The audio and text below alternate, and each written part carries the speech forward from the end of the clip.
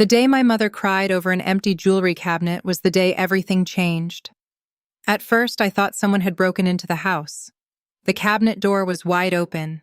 The velvet boxes were gone. The gold necklaces, antique bracelets, diamond earrings, and family heirlooms that had been passed down through 3 generations had simply disappeared. My mother stood frozen in front of the cabinet, her hands shaking. I had never seen her like that before. She wasn't angry, she wasn't screaming, she looked completely broken. And somehow, that scared me even more.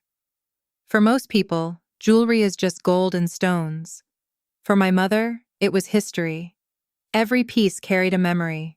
One necklace was given to her by my father before he passed away. Another bracelet had belonged to my grandmother.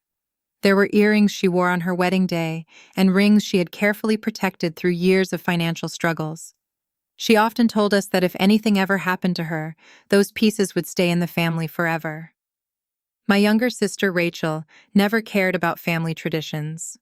While I worked long hours and helped my mother with bills, Rachel lived differently. She chased excitement, expensive clothes, luxury restaurants, and social media attention. She always wanted more. Whenever she walked into a room, she acted like the world owed her something. That morning, she wasn't home. "Have you seen Rachel?" my mother asked quietly. I shook my head. A strange feeling settled in my stomach. The previous week, I had overheard Rachel arguing on the phone. She sounded desperate. Whoever she was talking to kept demanding money. When I asked her about it later, she brushed me off and said it was none of my business. At the time, I ignored it. Now, standing in front of that empty cabinet, I wasn't so sure. We called the police and reported the missing jewelry. They took notes and asked questions. There were no signs of forced entry, no broken windows, no damaged locks. Whoever took the collection had access to the house. That narrowed the list quickly. The officer asked who had keys. Only 3 people. My mother, me, and Rachel. I could see the officer's expression change slightly. Not enough evidence, but enough suspicion. After they left, my mother sat at the kitchen table staring into space. "I trusted her," she whispered.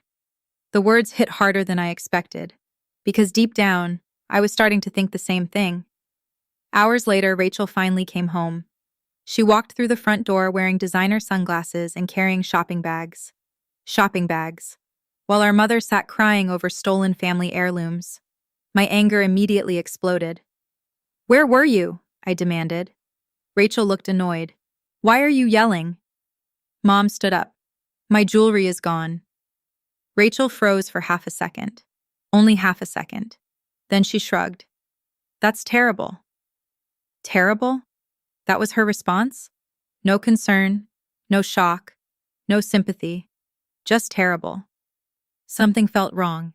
Very wrong. Over the next few days, tensions inside the house grew worse. My mother barely slept. She spent hours looking through old photographs of family gatherings where she wore those treasured pieces. Rachel acted like nothing had happened. In fact, she seemed happier than usual. New clothes, new shoes, fancy dinners, expensive handbags. None of it made sense. Rachel didn't have a stable job. Where was the money coming from? One evening, I decided to follow her. I wasn't proud of it, but I needed answers. She drove across town and stopped at an upscale restaurant. A luxury car pulled into the parking lot moments later. A man stepped out. He looked wealthy, confident, the type of person who measured success by how expensive his watch was. Rachel smiled and hugged him. Then they went inside together. For 2 hours, I sat in my car watching. When they finally came out, he handed her an envelope. A thick envelope. She opened it, smiled, and kissed him on the cheek. Then they drove away separately. My mind raced. Who was this man? Why was he giving her money? And how was all of this connected to Mom's missing jewelry? The next morning, I confronted Rachel. She laughed, actually laughed. "You've been spying on me? Where did the money come from? That's none of your business. Did you take Mom's jewelry?" Her expression hardened instantly. For the first time, I saw real anger in her eyes. "Careful," she said quietly. That single word sent chills through me. Because guilty people often react exactly like that: defensive, threatening, desperate. Still, we had no proof. And without proof, accusations meant nothing. Weeks passed. The police investigation went nowhere. No arrests, no recovery, no answers. My mother slowly accepted that the collection was probably gone forever. Watching her give up was heartbreaking. But then something unexpected happened. One rainy afternoon, I stopped by a small antique store while running errands downtown. I wasn't looking for anything specific. I was simply trying to clear my mind. As I walked past a display case, something caught my eye. A bracelet. An antique gold bracelet. My heart nearly stopped. I knew that bracelet. I had seen it hundreds of times growing up. It belonged to my grandmother. I stared at it for several seconds. The owner noticed. "Beautiful piece, isn't it?" he said. I couldn't speak, because I wasn't looking at a similar bracelet. I was looking at my mother's bracelet. The exact one, the same engraving, the same design, the same tiny scratch near the clasp. There was no mistake. I asked where he got it. The owner hesitated. Then he explained that someone had sold it a few weeks earlier. My pulse accelerated. "Do you have records?" He nodded. Every legitimate transaction required documentation. The seller had provided identification. The store kept copies. My hands trembled as he disappeared into the back office. A few minutes later, he returned holding a file. Inside was a receipt. A simple piece of paper. One ordinary receipt. But the moment I looked at the name printed on it, my entire world turned upside down. Because the person who sold my mother's priceless family heirloom wasn't a stranger. It wasn't a burglar. It wasn't a criminal from outside. It was someone much closer. Someone we trusted. Someone living under the same roof. And the truth hidden behind that receipt was far worse than any of us could have imagined. The moment I saw the name on that receipt, it felt as if the ground beneath me had disappeared. My eyes stayed fixed on the paper, while my mind struggled to accept what I was reading. The antique store owner kept talking, but his voice sounded distant, almost like background noise. There it was, written clearly in black ink. Rachel's full name, her signature, and the date she had sold the bracelet. There was no misunderstanding, no possibility that someone had forged her identity. This was proof. Real proof. The kind of proof we had desperately searched for since the day Mom's jewelry vanished. For weeks, Rachel had denied everything. She had acted offended whenever anyone questioned her. She had watched our mother cry herself to sleep and never once admitted what she had done. And now, in my hands, was evidence that shattered every lie she had told. I carefully asked the store owner if he had records of any other items sold by Rachel. He studied the computer for a few moments before nodding. Then he turned the screen toward me. My heart sank. There wasn't just one transaction. There were many. Bracelets, necklaces, earrings, rings. One by one, pieces from my mother's collection had been sold over several weeks. Rachel hadn't acted in a moment of desperation. This wasn't one bad decision. This was a deliberate plan. She had taken the collection piece by piece, hoping nobody would discover the truth until everything was gone. The realization hit me harder than I expected. I wasn't just angry anymore. I felt betrayed. Betrayed as a son, betrayed as a brother, but most of all, betrayed on behalf of my mother, who had spent years protecting those treasures only to lose them to her own daughter. The store owner printed copies of the receipts after I explained the situation. He sympathized with us and said he never suspected anything was wrong because Rachel had appeared confident and professional during every visit. She always arrived dressed well, spoke politely, and provided valid identification. To him, she looked like someone selling inherited jewelry. He had no reason to question her story. Before leaving, I thanked him and placed the receipts into a folder. As I walked back to my car, rain poured heavily from the sky, yet I barely noticed it. My thoughts were racing too fast. I knew I finally had proof, but another question now haunted me. Why? Why would Rachel do this? Yes, she loved expensive things. Yes, she often made selfish choices. But selling our mother's most treasured possessions seemed far beyond anything she had done before. There had to be more to the story. That evening, I sat alone in my apartment staring at the receipts spread across my table. Something caught my attention immediately. The dates matched perfectly with Rachel's sudden lifestyle changes. Every designer handbag appeared shortly after a jewelry sale. Every luxury dinner, every shopping trip, every expensive purchase. It was all connected. But then I noticed another pattern. The transactions became larger over time. At first, she sold small pieces, then larger pieces, then the most valuable heirlooms. It was almost as if she needed increasing amounts of money. The more I studied the timeline, the more convinced I became that someone was pressuring her. Someone was demanding cash faster than she could obtain it. The next morning, I decided not to tell Mom immediately. She had already suffered enough. If I was going to expose Rachel, I wanted the complete truth first. So instead of confronting her, I started investigating. I checked her social media accounts. At first, everything looked normal.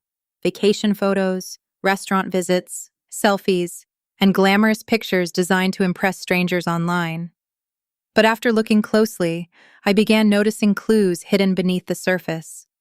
New locations, new friends, expensive venues she could never normally afford.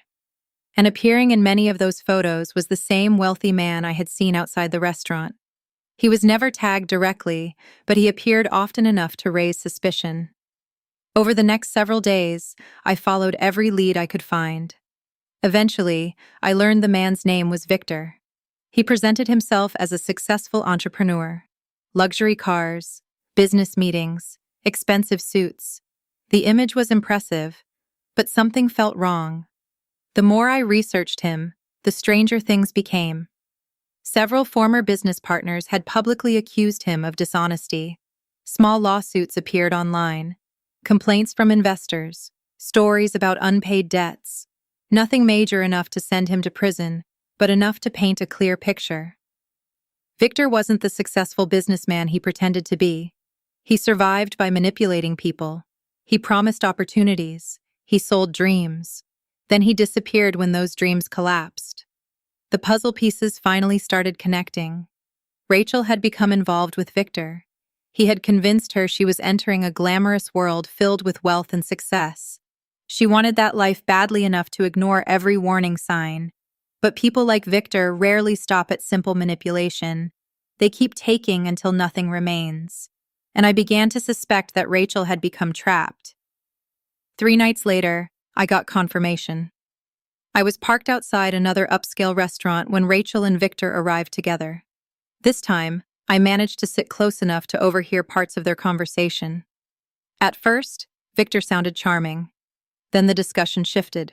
His voice became colder, more demanding. He asked about money. Rachel sounded nervous. She promised she was working on it. Victor wasn't satisfied. He reminded her of investments she had made with him, investments that apparently had failed. He spoke about debts she owed, deadlines she needed to meet. Every word revealed a relationship built not on love, but control. For the first time, I saw genuine fear in Rachel's face, and suddenly everything made sense. Rachel hadn't sold the jewelry because she wanted luxury handbags. She sold it because she was drowning. She had lost money, a lot of money, and rather than admitting her mistake, she chose the easiest path available. She stole from the person who trusted her most, my mother. As angry as I was, a small part of me almost felt sorry for her. Almost. But then I remembered Mom sitting in front of that empty cabinet. I remembered her tears. I remembered the sleepless nights and the heartbreak. Sympathy disappeared quickly. The next day, I made a decision. The lies had gone on long enough. I gathered every receipt, every transaction record, every photograph, and every note I had collected. Then I placed them neatly into a single folder. That evening, I invited Rachel to Mom's house. She arrived looking relaxed, completely unaware of what was waiting for her. Mom sat quietly in the living room. I sat across from her. The folder rested on the table between us. Rachel glanced around the room. "What's going on?" I slowly opened the folder. For the first time, uncertainty appeared in her eyes. Then I slid the first receipt across the table. The color drained from her face, and before a single word was spoken, she already knew her secret was over. End of section 2. Would you like me to continue with section 3, the family confrontation and Rachel's shocking confession? The room became so quiet that I could hear the ticking of the old clock hanging on the living room wall. Rachel stared at the receipt lying in front of her, and for the first time since this nightmare began, she had no clever excuse ready. Her confidence vanished instantly. The same sister who had spent weeks acting offended whenever anyone questioned her now looked completely trapped. Mom sat silently in her chair, her hands folded tightly together. She wasn't angry, she wasn't shouting. In many ways, that made the situation even worse. The sadness in her eyes carried more weight than any scream ever could. Rachel glanced at me, then at Mom, then back at the receipt. She opened her mouth as if she wanted to speak, but no words came out. Deep down, she knew there was no way out of this. I slowly pulled another receipt from the folder and placed it beside the first one, then another, and another. Within seconds, the coffee table was covered with evidence. Every sale, every transaction, every piece of jewelry she had secretly taken from our mother's collection. Rachel's breathing became heavier as the reality of the situation closed around her. She could deny one receipt. She could explain one transaction. But she couldn't explain 20. The proof was overwhelming. Finally, she lowered her head and whispered, "I can explain." Those 4 words instantly filled the room with emotion. For weeks, she had denied everything. Now she wanted to explain. But after all the lies, nobody knew whether another explanation would simply become another excuse. Mom looked at her daughter with tears forming in her eyes. "Explain what?" she asked softly. "Explain how you watched me cry every day? Explain how you looked me in the face and lied?" Rachel immediately started crying. Real tears this time. Not the dramatic tears she sometimes used to avoid responsibility. These felt different. They carried panic, fear, regret. But even then, part of me remained angry. Tears didn't erase what she had done. Tears didn't bring back family heirlooms that had survived generations only to be sold for cash. Tears didn't repair the trust she had shattered. For several moments, Rachel couldn't speak. She simply sat there staring at the floor. Then finally, the truth started coming out. At first, her voice was barely audible. She explained that nearly a year earlier she had met Victor at a business networking event. He appeared successful, confident, and generous. He spoke about investment opportunities, financial freedom, and luxury lifestyles.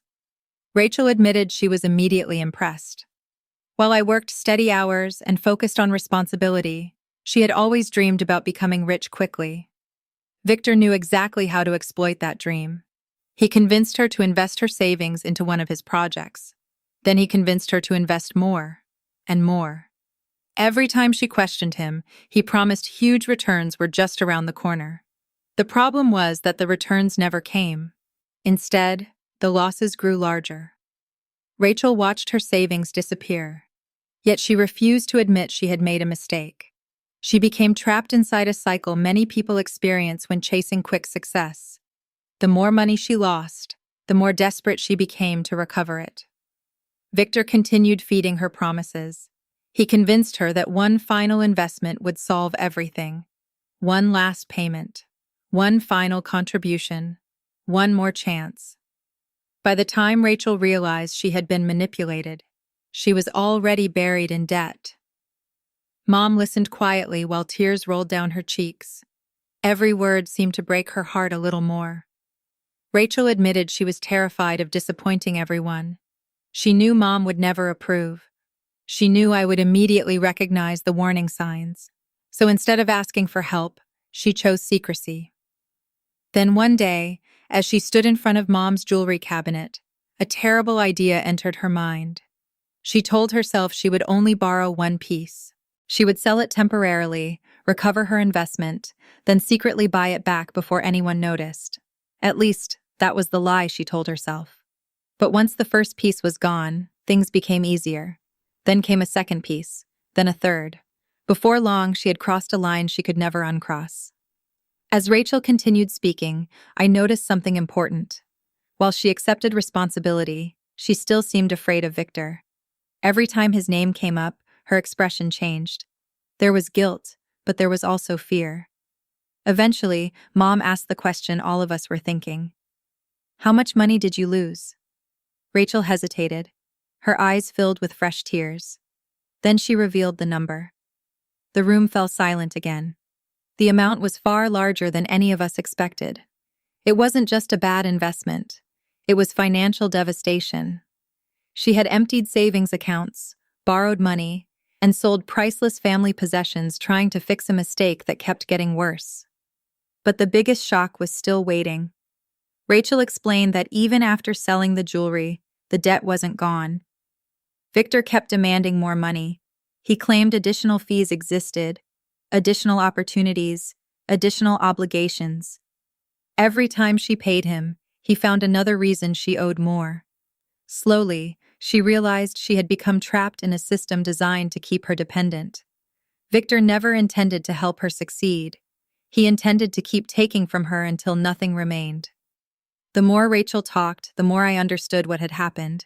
She wasn't innocent, not even close. She had made selfish decisions. She had betrayed our mother. She had lied repeatedly. But she had also become a victim of manipulation. Victor saw her weaknesses and used them against her. He recognized her desire for status and wealth. Then he turned those desires into weapons.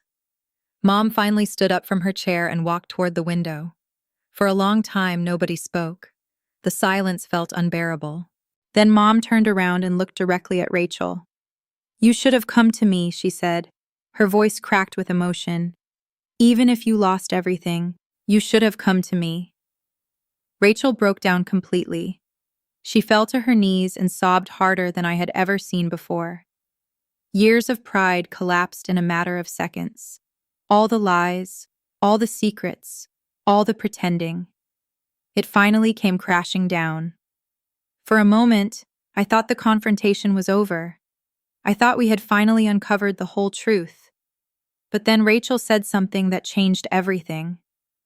"There's something else." The words instantly caught everyone's attention. Rachel wiped her eyes and looked at us with fear. "Victor didn't just take the money." My stomach tightened. "What do you mean?" I asked. Rachel swallowed hard. Then she revealed that Victor had kept detailed records of every transaction, every message, and every sale. He knew exactly where the jewelry came from. He knew it belonged to our mother. And according to Rachel, he had been using that information to control her for months. If she stopped paying him, he threatened to expose everything. If she refused his demands, he promised to destroy her reputation. And now, after taking nearly everything she had, he was demanding something even bigger, something that could affect our entire family. The moment Rachel explained what Victor wanted next, I realized this story wasn't ending with a confession. In many ways, it was only beginning. Because the man responsible for manipulating my sister had made one critical mistake. He thought our family would stay divided. He thought we would keep blaming each other. He thought fear would keep us silent. He had no idea that his actions had just united us against a common enemy.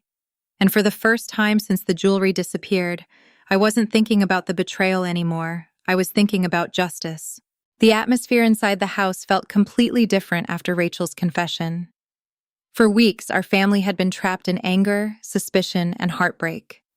Now, although the pain was still there, we finally knew the truth. The real enemy wasn't sitting in our living room anymore. The real enemy was a man named Victor, a man who had spent months manipulating my sister, feeding her false promises, and using her mistakes to keep her under his control. I won't pretend that Rachel suddenly became innocent. She had made terrible choices. She had betrayed our mother's trust. She had sold pieces of family history that could never truly be replaced. But for the first time, I could see how deeply she regretted everything. The confident, selfish sister I had been angry with for months was gone. In her place sat someone exhausted, frightened, and completely broken by the consequences of her decisions. That night, none of us slept much. We sat around the kitchen table for hours discussing what to do next. Rachel showed us messages Victor had sent her. The more we read, the more disturbing the situation became. At first, his messages were friendly and encouraging. He called her talented, ambitious, and special. He constantly praised her dreams and made her believe she was destined for success. But over time, the tone changed. The compliments became demands. The encouragement became pressure. The pressure became threats. Every message revealed the same pattern. Victor had built trust first, then dependency, then fear. It was a methodical process designed to make Rachel feel trapped. And unfortunately, it had worked.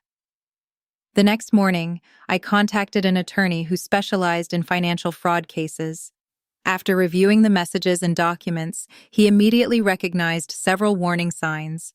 While he couldn't promise an easy victory, he believed Victor had likely used similar tactics with other people. That statement stayed in my mind. If Victor had done this to Rachel, how many others had suffered in silence? How many people had lost savings, opportunities, and peace of mind because they trusted him? The thought made me even more determined to stop him. Over the next 2 weeks, our family worked together in a way we hadn't for years. Rachel handed over every email, text message, payment receipt, and document connected to Victor. We organized everything carefully. Every transaction created a timeline. Every message revealed another piece of the puzzle. The deeper we dug, the clearer the picture became. Victor's entire business image was built on illusion. He presented himself as a successful entrepreneur, but much of his wealth appeared to come from people who trusted his promises. He sold dreams, he collected money, then he shifted blame whenever things failed. Meanwhile, Rachel did something none of us expected. She took responsibility publicly. She contacted several antique stores and jewelry buyers where she had sold Mom's belongings. She explained what had happened and asked if any pieces remained available. Most had already been resold, but surprisingly, a few items were still recoverable. It wasn't much compared to what had been lost, but seeing her make genuine efforts to repair the damage meant something. For the first time in months, Mom saw signs of the daughter she remembered. One afternoon, while reviewing Victor's records, we discovered something important. Several names appeared repeatedly in his communications. Curious, we started searching online. Eventually, we found discussion forums where people shared experiences about failed investments and suspicious business practices. The stories sounded painfully familiar. Different people, different cities, same promises, same results. Many had lost money. Many felt embarrassed and never reported what happened. But once they realized others had experienced the same thing, they started speaking openly. Suddenly, Victor's carefully crafted image began showing cracks. Our attorney encouraged several victims to share their experiences formally. As more information surfaced, Victor's situation became increasingly difficult. People who once defended him started asking questions. Business associates became cautious. Potential clients became hesitant. The reputation he had spent years building began to weaken. And unlike the dramatic revenge stories people imagine in movies, this wasn't about shouting matches or public humiliation. It was about truth. Piece by piece, evidence replaced deception.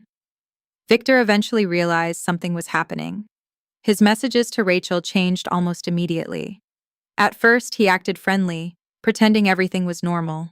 Then he became nervous, then defensive. Finally, he became desperate.